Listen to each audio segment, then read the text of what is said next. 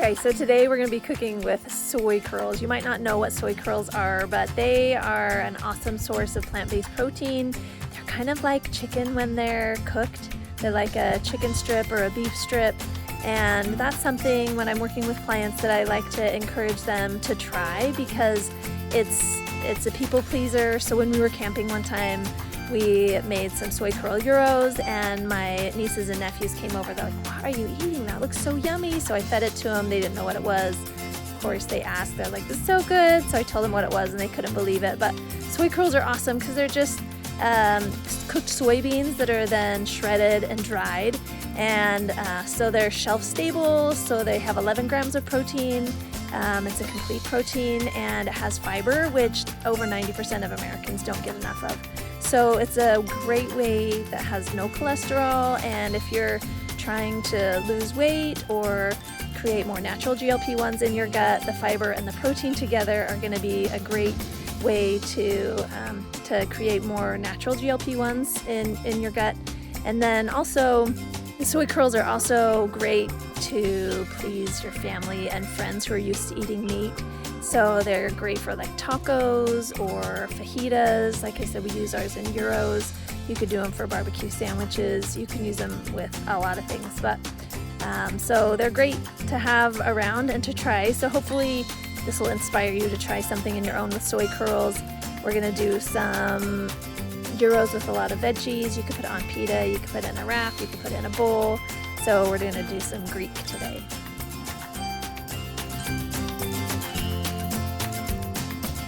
If you've ever wondered what in the world these are, they're soy curls. So it's just dried soybeans, and then they stretch them, and it kind of, when you cook it up, it has like this chicken-like consistency. So it's pretty awesome. Our favorite thing to do with them is making gyros. So they're like chicken gyros, only with soy curls. So they're really great for camping. All you have to do is you soak them in a seasoned broth. So I'm just gonna show you how we make that. So 4 cups of broth, and it's with this better than bouillon, you're gonna use about 4 teaspoons to make 4 cups of broth. You do it very precisely, right? Okay, so you put it in, technically boiling water is better. You're gonna be soaking these soy curls in kind of a seasoned broth. I'm gonna do about 16 ounces of soy curls, but the recipe is for 8 ounces, but I like to just double the seasonings, not the broth, because it doesn't need a ton of broth. Oop, there it goes, making a mess on the counter. Well, that didn't mix up very well. Haha, that's okay. The goal is to get the flavoring in there. I'm not a very precise cook. That's the fun part about cooking. You don't have to be precise. Okay, and I probably should get a spoon to stir this, but a knife is fun. Less dishes, the better, right? Okay. So we're just gonna kind of mix up that broth in there and make sure that the soy curls are saturated in the water. They're gonna sit here and soak for about 10 minutes. And then it calls for 3 cloves of garlic that you're gonna smash. And yeah, so here's my cheater method of garlic. I already told you about that in some of my other videos. It goes bad less because I can just use it straight from the jar. It's awesome. So 3 cloves, I'm gonna double it, so 6 cloves is about a tablespoon. So I'm just eyeballing it. Put however much garlic you want, depends on the flavor you want. We're doubling it, so 4 teaspoons of oregano. 1, 2, 3. They also have this Greek freak seasoning at Costco. I thought of doing that, but it's quite different of a seasoning, and it has safflower oil in it. So I like to just find what's in my cabinet because I feel like that way it's easier for you to make it at home with just using these ingredients. So we got some oregano, some cumin is going to be 4 teaspoons as well, some ground cumin. See, cumin isn't just for Mexican recipes. Use it in Greek too. And then we're gonna do some chili powder. So 2 teaspoons of chili powder. Remember, that's because we're doubling it. I'll leave the recipe for you at the end. So 2 teaspoons of chili powder. And then this is sea salt, because that's what I had out and it's big. So we're just gonna do about 2 teaspoons, maybe 1.5. You can always salt it a little more later. So we're gonna just do those seasonings and then let it sit for a little bit. If you wanted it spicy, I guess you could put a little bit of spice in it. You could also do some lemon zest in it, would be good. What we're gonna be doing is we're gonna soak this for about 10 minutes, let these soy curls rehydrate, and then we're gonna kind of dump off the cooking liquid, and we're gonna just fry it up in a pan. So the liquid actually, unfortunately, is going away. You could also just cook it up in the pan with the liquid and it'll condense the seasoning. Actually, I think I'm gonna do that today. So you can do it either way. You can choose to dump off the seasoning, or you can put it in the pan and let it cook a little bit into the soy curls, and that'll give it a more intense flavor and it'll be better. So next we're gonna cut up some cucumbers and tomatoes and bell peppers. Those are my favorite things for Greek gyros to put on it. And then you can have a plant-based yogurt or whatever kind of yogurt you want. Greek yogurt is really thick and yummy. So put that on there with a little bit of dill, and then you have a gyro put with a tortilla or pita bread. You could put it on quinoa or couscous if you want to make a bowl, and it's a really satisfying meal with a great protein source. So soy curls actually have 33 grams of protein per 100 grams. So that is a lot of protein. It's awesome. I try to aim for, help my clients aim for about 20 to 30 grams of protein depending on their body weight and what their goals that they want to achieve. But yeah, 20 to 30 grams of protein per meal is going to get you there. You want between 1.2 and 1.8 if you're active and trying to build muscle. That's the amount of protein that you want to aim for per kilogram of body weight. So this is going to be a great meal if you're trying to get on the higher end of protein to keep that muscle if you're on a GLP-1, or if you just want to, if you're building muscle, if you're not even on a GLP-1, those are some goals that you can work on to be able to maintain muscle.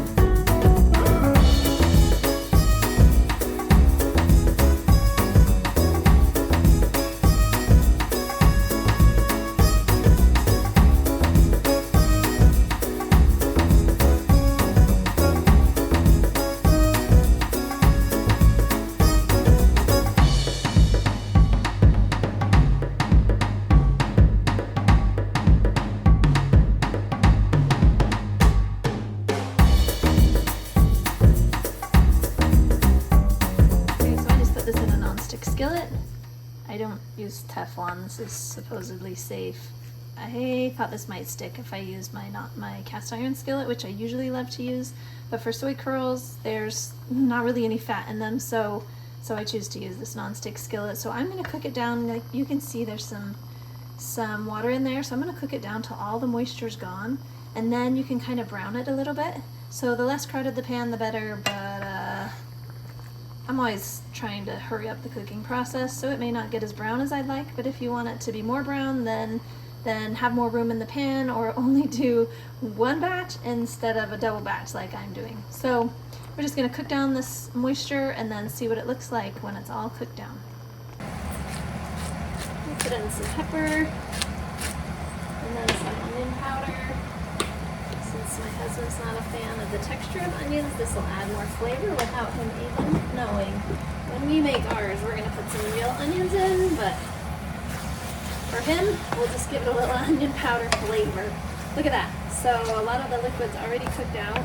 I'm gonna leave it on high so that it can hopefully brown a little bit with my overcrowding. I'm gonna put a little bit of red pepper flakes to just a little bit of kick. Maybe my daughter won't like those, but hopefully it's not very spicy. Just a little. So you can use the soy curls the way they are, or you can let it brown. It's up to you. It depends on how hungry everyone is and if they're waiting. So if you have a little time, let it brown. If not, eat it right away. It's smelling good. Sticking a little bit to the bottom. That means it's caramelizing the flavors on the bottom a little bit with the garlic and the cumin and the oregano, chili powder. I'm gonna be impatient and we're gonna eat it the way it is. I'm not gonna have it brown. All the liquid pretty much is cooked out of it. So I think we're just gonna eat it the way it is. If you notice the texture isn't too soft, I'm gonna burn my hand, but it kind of is a chewy texture. Kind of looks like chicken. All right, time to make our gyros. All right, we didn't have any Greek yogurt or any yogurt.